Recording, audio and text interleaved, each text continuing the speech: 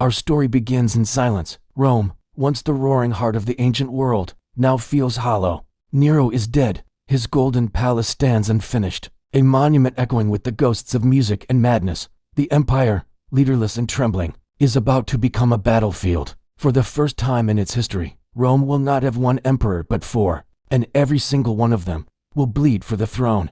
When Nero took his own life, he left behind more than just chaos. He left a void.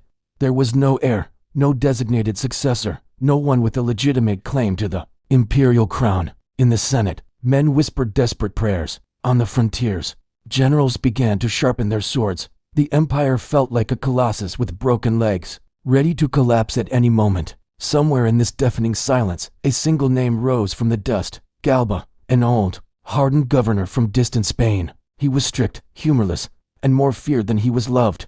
But Rome was desperate, and desperation often leads to strange choices. Galba marched toward Rome with the unyielding discipline of a soldier who had buried far too many friends. Crowds lined the roads, hoping this new ruler would finally save them from Nero's long shadow. Instead, they found a man carved from stone. Galba punished soldiers who questioned him. He executed his political rivals without trial. He demanded absolute loyalty, never offering affection in return. The Praetorian Guard, the elite protectors of the emperors, eagerly awaited their traditional bonus, the golden bribe that every new ruler paid for their loyalty. Galba refused to pay it. It was a mistake they would never forget. His rule lasted only a few short months, but his cruelty burned fast and deep. Rome quickly realized that Nero's unpredictable madness had been replaced by something far worse: cold, calculated brutality. And deep within the heart of the Praetorian Guard, a quiet anger began to boil over. Among Galba's closest supporters stood a man named Otho. He was charming, clever, and ambitious.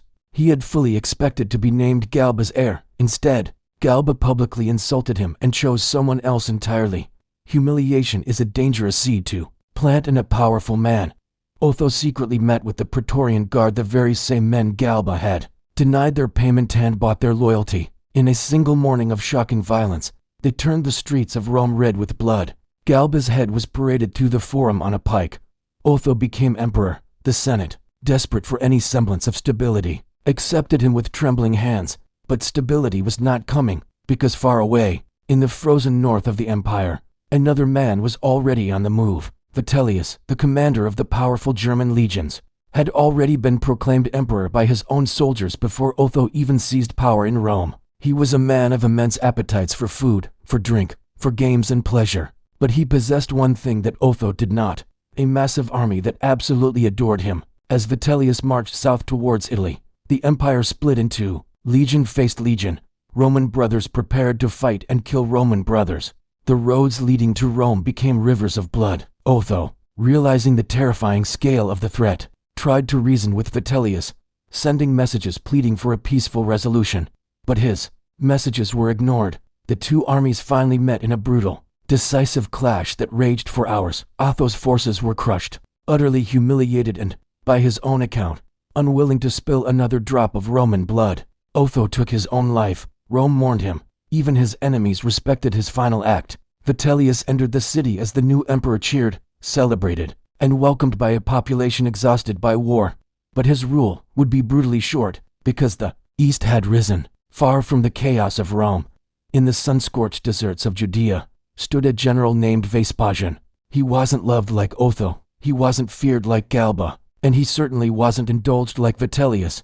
No, Vespasian was something far more dangerous. He was competent, his legion strong, disciplined, and fiercely loyal. After years of hard campaigning, proclaimed him emperor. And Rome, now utterly tired of the endless chaos, prayed that he would come and restore order. Vitellius panicked. He tried to buy loyalty with gold. He tried to bribe soldiers, senators, even the common citizens. But it was too late. Vespasian's armies were already closing in. The final, terrible battle for the empire took place not on some distant field, but in the streets of Rome itself. The city burned as soldiers fought house to house, street by street. Chaos returned, echoing the madness of the great fire that Nero once played his lyre to. Vitellius was dragged from his hiding place, beaten, and killed by an angry mob. His reign ended just as Nero's had, in fire, terror, and bloodshed, and as Rome smoldered, Vespasian arrived to claim the throne. After a year drenched in betrayal, murder, and civil war, Rome finally found a measure of stability.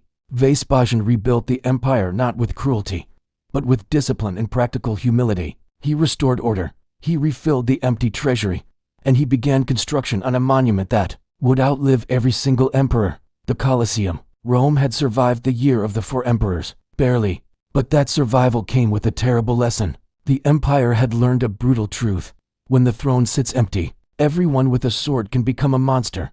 With Vespasian now in control, the empire would enter a new era, one shaped by a dynasty born from war, ambition, and blood. And at the very heart of that dynasty stood a man whose cruelty and paranoia would one day shock even Rome.